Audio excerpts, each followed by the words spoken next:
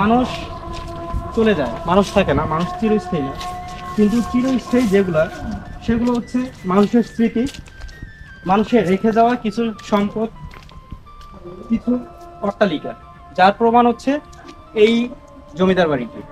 এই যে আপনি যেই স্থাপনাটি দেখতেছেন, এটা হচ্ছে একদম ঠিক দিঘির পাশে। তা আসলে জানি না এটা কি, তবে আমার যতটুকু মনে হচ্ছে এটা ছিল হচ্ছে সিকিউরিটির জন্য এই জায়গাটা করা হয়েছিল।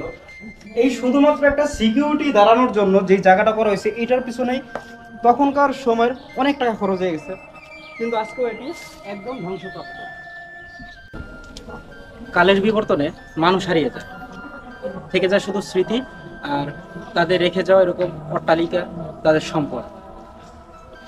জমিদার বাড়িটি আজকে একদমই ধ্বংসপ্রাপ্ত, ধুলোর সাথে মিশে যাওয়ার আর অল্প কিছু দিন বাকি, এমনটি মনে হচ্ছে।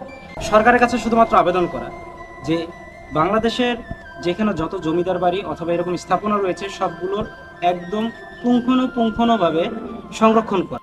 আজকের ভিডিওটি এখানেই শেষ করছি। পরবর্তীতে দেখাবে অন্য কোথাও অন্য কোনো ভিডিওতে। সেই পর্যন্ত আমাদের সাথে থাকবেন। জামাল ইসলাম ফেসবুক পেজকে ফলো দিবেন এবং টাকলা টিকটকার ইউটিউব চ্যানেলকে সাবস্ক্রাইব করে পাশে থাকবেন। আল্লাহ হাফেজ।